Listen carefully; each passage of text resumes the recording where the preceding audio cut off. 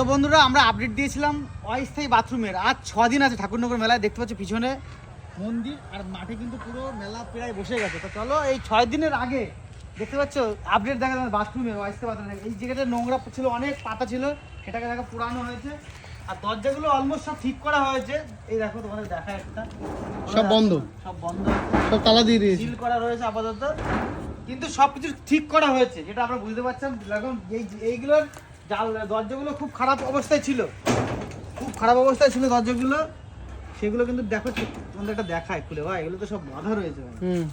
সব ঠিক করেছে, সব ঠিক করেছে, পরিষ্কার পরিচ্ছন্ন করেছে, দেখতে পাচ্ছ এই জায়গাটা। তো এইটাই ছিল আপডেট।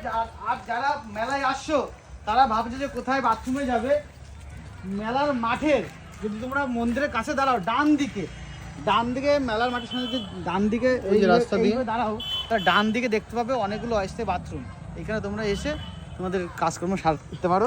তো চলো, বাই।